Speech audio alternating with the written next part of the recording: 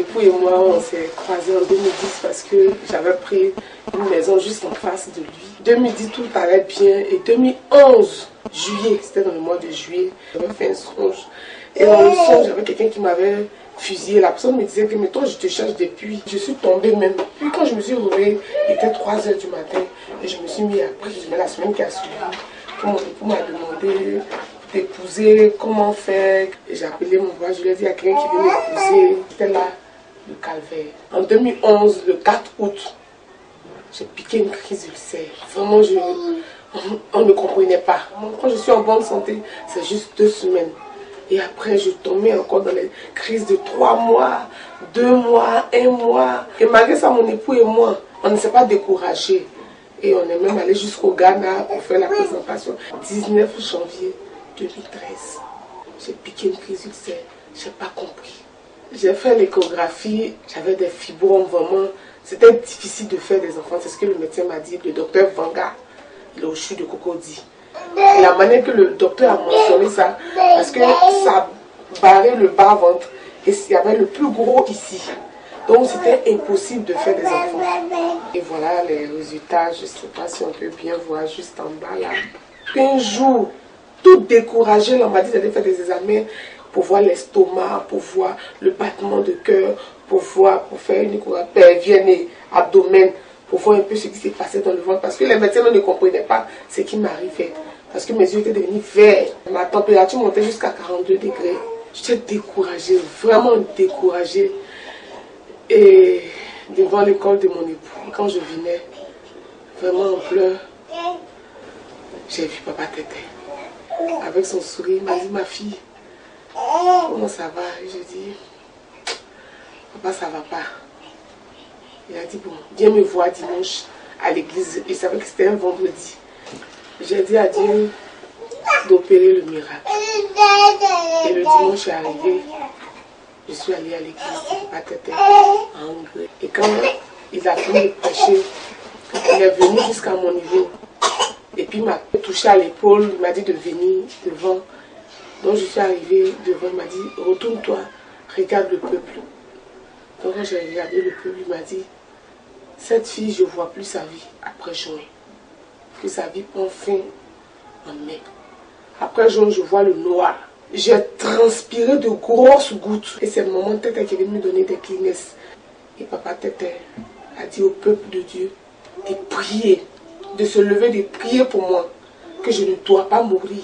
Et le peuple de Dieu, comme un seul homme, se sont levés, prier pour moi. Je suis tombée et ils m'ont relevé. Je suis retombée encore. Et je me souviens que quand je me suis tombée, l'image qui m'est venue dans mon esprit, c'est que j'étais dans une tombe. Et je voyais des gens venir me tirer, de la manière qu'on tire un but d'igname. Je voyais des gens venir tirer mon bras du tombeau. Et ils m'ont tiré. On m'a tiré. Au fur et à mesure que la prière montait, on me tirait et je soulevais les bras. Je soulevais les bras. Et j'ai soulevé les bras jusqu'à ce que je soulève mes pieds. J'ai soulevé mes pieds et j'ai sauté d'un bond. Papa Tété a dit de se calmer, a dit au peuple de Dieu de se calmer, que je suis sortie du tombeau. Et dit, je ne sais pas ce que tu as fait à Dieu, mais Dieu dit de te dire qu'il n'a pas encore fini avec toi. Mais en ce moment, tu as un ulcère. On dit c'est ulcère. Ce n'est pas ulcère, ma fille. Ils vont encore détecter d'autres maladies. Ils vont dire c'est iter. Mais ce n'est pas iter. C'est comme ça qu'ils allaient faire jusqu'à ce qu'ils prennent ta vie. Mais Dieu dit de ne pas avoir peur. Quel que soit ce qui va arriver là, il ne faut pas avoir peur. Et c'est là, les maladies, comme l'homme de Dieu avait dit là, ça a commencé à se décanter. Mes yeux ont commencé à devenir verts. J'ai commencé à vomir des trucs verts. Et mon époux appelait papa.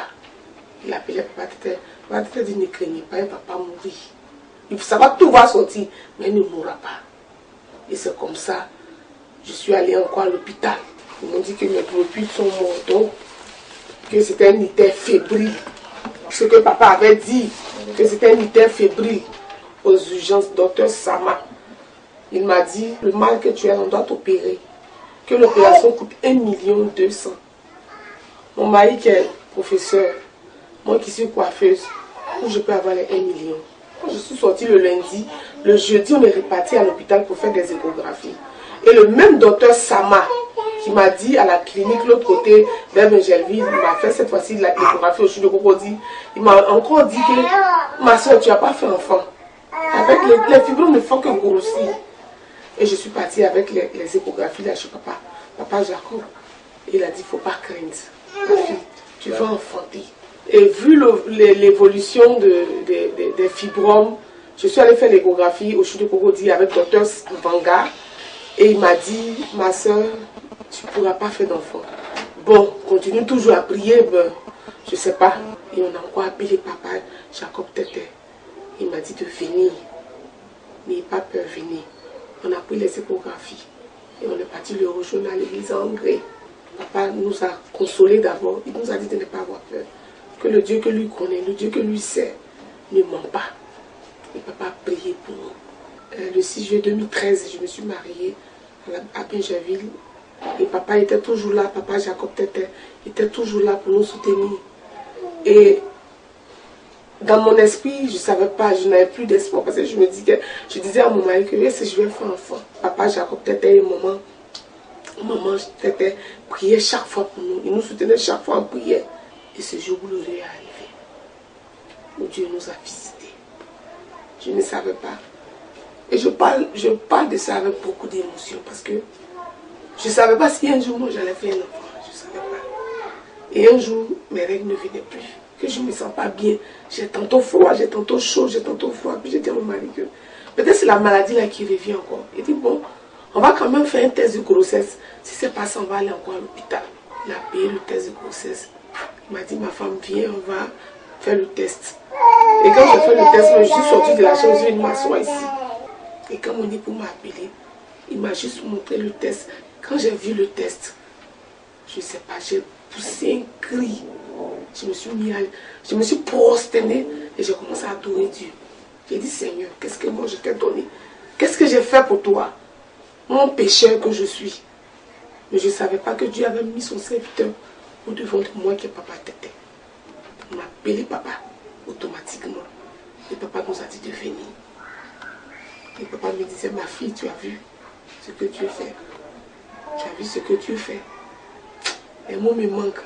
Si je dois rendre le témoignage, c'est 20 livres. Parce que ma vie est remplie de témoignages. Papa Jacob Tété a été un canal de bénédiction pour moi. De la manière qu'Esther était une bénédiction pour le peuple juif, Papa Tété a été une bénédiction pour nous, pour mon époux et moi. Pour quelqu'un qui ne fait pas d'enfant. Le médecin ne pouvait pas comprendre que l'enfant, elle avait peur. Elle ne sait pas que l'enfant peut suivre. Elle dit bon, parce qu'elle a vu des cas où il y a des fibromes, des enfants qui ont commencé, puis des fibromes assujettis. Elle me disait, continue toujours à prier. Tu aimes prier, il faut continuer toujours à prier. Pour que cet enfant arrive jusqu'à terme. Donc on a fait une échographie qui montrait l'enfant qui était en bonne santé. Jusqu'à même elle avait dit que l'enfant, il était David. David contre Goliath, parce qu'elle disait que l'enfant poussait le fibrome. Le fibrome n'avait pas d'autorité sur cet enfant. J'étais à 4 mois de grossesse. Et le médecin m'a dit, ah, le fibrome est en train de repousser l'enfant en bas. On doit te faire un cerclage. J'ai dit un cerclage. J'ai dit au docteur que ce n'est pas pour moi. Elle dit comment ça se va pour toi? Il dit c'est pas pour moi. Je ne ferai pas de cerclage. Et après j'ai dit à mon époux, quand je suis sortie de la clinique, j'ai dit à mon époux, on a appelé papa. Papa nous a dit de venir. Papa a prié pour nous. Quand il a prié pour nous, il dit va faire l'échographie. Et le médecin, quand elle a mis le produit, quand elle a fait ça, elle a dit Madame Zoumaro, qu'est-ce qui s'est passé? J'ai dit, il y a quoi, docteur? Elle dit, non, allez vous asseoir, je vais appeler encore un autre docteur. Et elle a appelé son collègue. Faire l'échographie de Madame Zoumaro. Donc, elles ont fait l'échographie. Le médecin dit, qu'est-ce qui se passe? Elle dit, ah, mais j'allais lui faire un cerclage. Il me dit, tu l'as fait dépenser la dame comme ça. Mais l'enfant se porte bien. L'enfant en haut, le fibrome en bas. On ne peut pas faire des cerclages. Elle dit, ma fille, je ne me suis jamais trompée depuis que je fais la médecine. Je ne me suis jamais trompée. Aujourd'hui, je me suis trompée. Elle dit, maman, moi, je suis la première. Parce que moi, je suis un enfant de Dieu. Elle dit, tu pries vraiment. Quelqu'un qui ne pouvait pas faire d'enfant. La Bible déclare que rien n'est impossible à Dieu. Rien. Là où la main de l'homme s'arrête, c'est là commence la main de Dieu. J'avais entendu parler de Dieu. J'avais entendu parler. Je ne savais pas qu'un jour j'allais me marier. Parce que j'ai été toujours rejetée dans ma famille. Je ne savais pas que j'allais faire un enfant. Sincèrement, je ne savais pas. Mais il fallait que je croise Papa Tété pour voir que Dieu est vraiment réel. Le 24 avril 2014, Dieu opère encore le miracle. Et l'enfant glorieux qui sort.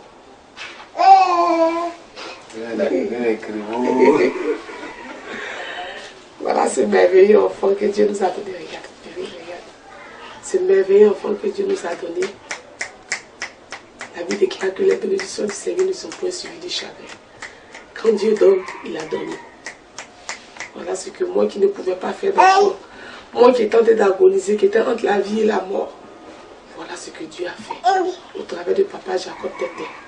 Un grand homme de Dieu. Un grand homme de Dieu, oui. Papa Tété va faire un programme des fruits de l'entraille en mars.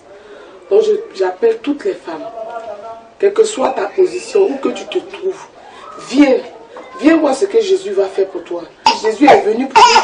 Jésus envoie son serviteur pour accomplir son œuvre. Femme, où que tu sois, même les hommes, vous pouvez venir, les hommes qui n'arrivent pas à enfanter. Jésus a envoyé son serviteur pour accomplir son œuvre. Ne sois pas découragé. Jésus est là pour nous. Donc venez massivement à ce programme, vous ne serez pas déçus.